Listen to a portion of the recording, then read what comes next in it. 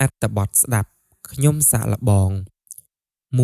1ព្រឹកថ្ងៃទី12ខែសីហាឆ្នាំ2012ម៉ែបាននាំខ្ញុំទៅលេងផ្ទះមីងនៅជិតផ្សារពោធិ៍ចិនតុងបន្ទាប់ពីរថយន្តឈ្នួលត្រូវបានឈប់ចតលើចិញ្ចើមថ្នល់ខ្ញុំនិងម៉ែបានចុះពីលើរថយន្តហើយដើរឆ្ងាយបន្តិចដើម្បីរកកន្លែងឆ្លងម៉ែកាន់ដៃខ្ញុំជាប់ឈររង់ចាំឆ្លងយានយន្តបើកបរបន្តកន្ទុយគ្នាហូរហែឥតដាច់រកដកឃ្លាពុំបានខ្ញុំគិតថាបើតែយ៉ាងនេះរហូតទល់ល្ងាចទៀតក៏មិនអាចឆ្លងបានដែរ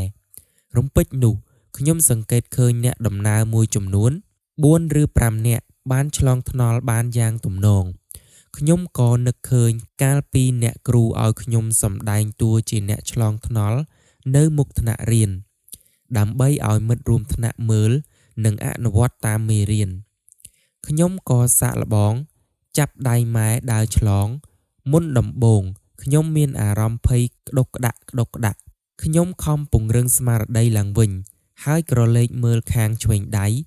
ពេលដែលយានយន្តរៀងរយាលបន្តិចខ្ញុំក៏ដើរសន្សឹមទៅមុខរហូតដល់គំនូសកណ្ដាលនៃទ្រូងផ្លូវខ្ញុំនិងម៉ែមិនលែងដៃគ្នាឡើយ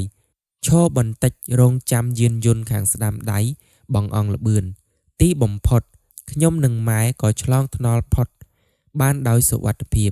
ខ្ញុំត្រេកអរនិងមានមោទនភាពខ្លាំងណាស់ចំពោះការសាកល្បងរបស់ខ្ញុំលើកនេះ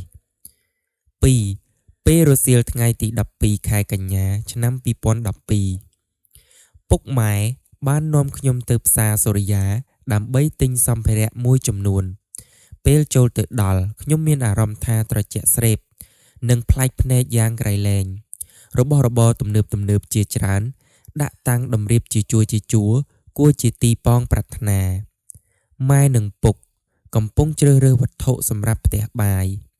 ខ្ញុំបានសូមអនុញ្ញាតពីគាត់ដើរទៅមុខបន្តិចឱកាសនេះខ្ញុំចាប់អារម្មណ៍ខ្លាំងបំផុតគឺការឡើងចុះជណ្ដើរយន្តបន្ទាប់ពីសង្កេតមើលគេឡើងនឹងចុះដោយយកចិត្តទុកដាក់មកខ្ញុំក៏សម្រេចចិត្តឡើងសាកល្បងខ្ញុំជាន់កាំទី1ដោយឈរទប់ជើងទាំងពីរយ៉ាងនឹងដៃម្ខាងកាន់បង្កាន់ដៃជណ្ដើរយន្តចាប់វិលឡើងទៅលើស្រើតខ្ញុំក៏ស្រើតពោះដែរភ្នែករបស់ខ្ញុំសម្លឹងទន្ទឹងចាំមើលជណ្ដើរវិលដល់ខាងលើ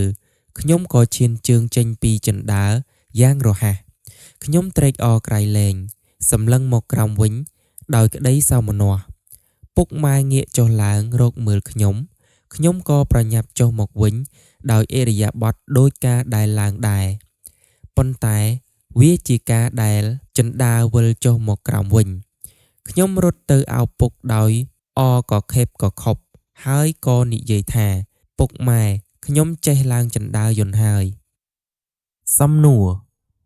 1តើកំណត់ត្រាទី1និយាយអំពីអ្វីនៅឯណា2តើអ្នកកត់ត្រាមានអារម្មណ៍បែបណានៅគ្រាដំបូងនៅទីបញ្ចប់3តើកំណត់ត្រាទី2និយាយអំពីអ្វីនៅឯណា4នៅពេលនោះគេមានអារម្មណ៍យ៉ាងណា